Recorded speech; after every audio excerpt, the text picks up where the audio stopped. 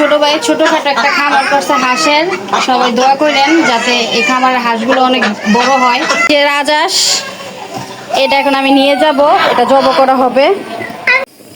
এই যে রাজহাঁস, যেটা আমার ছোট ভাইয়ের খামার থেকে আমাদেরকে দেওয়া হয়েছে, সেটা এখন কি করতেছি কত উপরের পশমগুলা যেই করে না ওটা করা হইতেছে। আমরা একটা নির্জা টেকনিক বাইর করছি, এই যে এই টাইপের একটা লাইটার নিছি আমরা, সেটা দিয়ে সুন্দরভাবে আমরা পশমগুলাকে পড়তেছি, এরপরে কাটবো।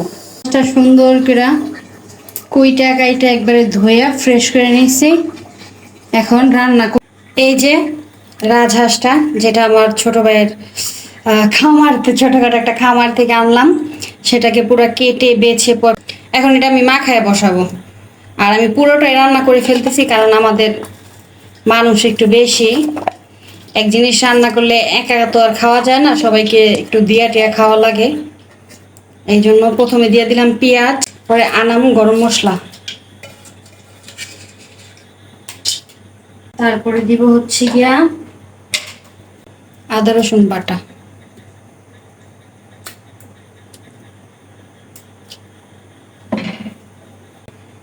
মরিচের গুঁড়া, ঝাল ঝাল করে রান্না করব। হাঁসের মাংস আবার ঝাল ঝাল না হইলে ভাল লাগে না। ধনিয়া গুঁড়া, মাংসে মশলাও বেশি লাগে, খাইতেও টেস্ট আছে, রাজহাঁসে তো আরো বেশি লাগে। দিয়ে দিলাম হলুদ, এখন দিয়ে দিব রাঁধুনি গরম মশলা গুঁড়া,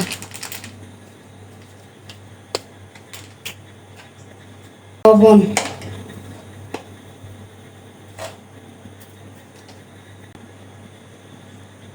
তেল,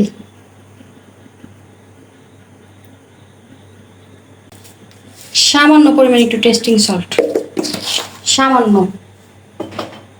এখন এটা আমি হাতে সুন্দরভাবে মাখাবো।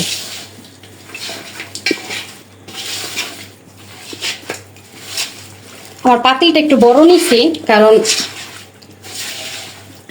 রাজহাঁসের মাংসটা অনেকক্ষণ যাবত কষাবো, এই কারণে একটু বড় দেখে নিছি পাতিল, যাতে কষাইতে সুবিধা হয় আমার।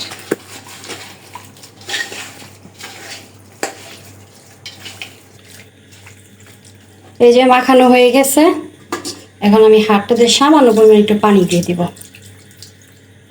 দিয়ে এখন এটাকে সুন্দরভাবে চুলায় বসায় দিব।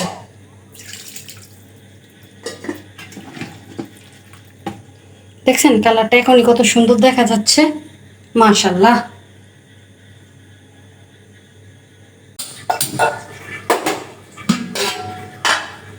বিসমিল্লাহ, বসাই দিলাম আল্লাহর নাম লয়ে, আল্লাহ ভালোভাবে কষাবো।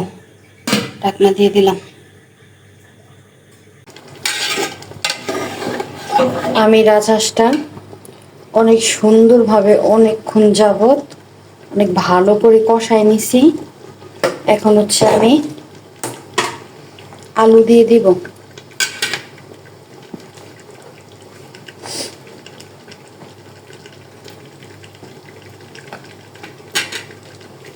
আলুটা দিয়েও কিছুক্ষণ কষাবো, তারপরে ঝোল দিয়ে নামায় নিব।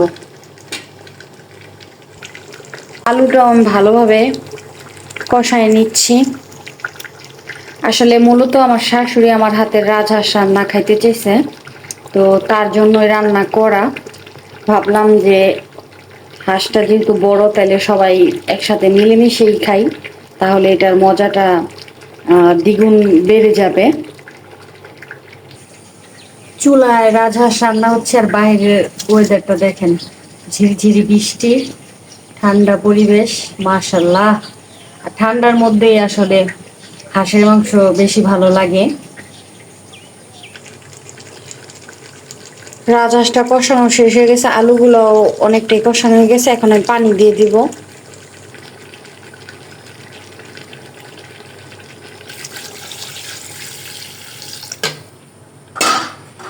আমি কষাইতে কষাইতে মোটামুটি আলু আর রাজহাঁস অর্ধেক সিদ্ধ হয়ে গেছে, ওই জন্য পানিটা একটু বুঝা দিব, কতটুক ঝোল দিব না দিব। পানি দেওয়া শেষ। এখন আমি ঢাকনা দিয়ে ঢেকে দিব। এটা এখন আস্তে ধীরে সিদ্ধ হবে।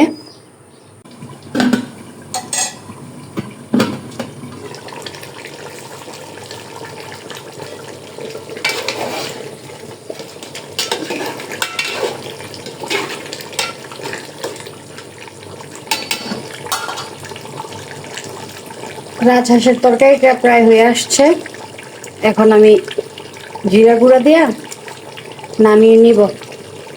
এরপর আমার শাশুড়ি আসলে খেয়ে বলবে আসলে কেমন হয়েছে। আসলে যারও সিলাই হাঁসটা রান্না করা, তার মুখে থেকে রিভিউটা ভালো আসবে। সবাই মিলে একটা জিনিস খাওয়ার মাঝে অনেক আনন্দ আছে, বুঝতে পারছেন? কিছু কিছু মানুষ আছে মনে করেন আল্লাহর দুনিয়ার সব পাইলেও দিলেও তো পাইনেই খাইনি। কিছু কিছু মানুষ আছে যে অল্প কিছু জিনিসেরই আর কি সবাই মিলা একসাথে ভাগযোগ করে খায়। সেই খাওয়ার মাঝে যে কি আনন্দ তারা সেটা বুঝবে না। হচ্ছে আমার তরকারির ফাইনাল লুক। মাশাল্লাহ।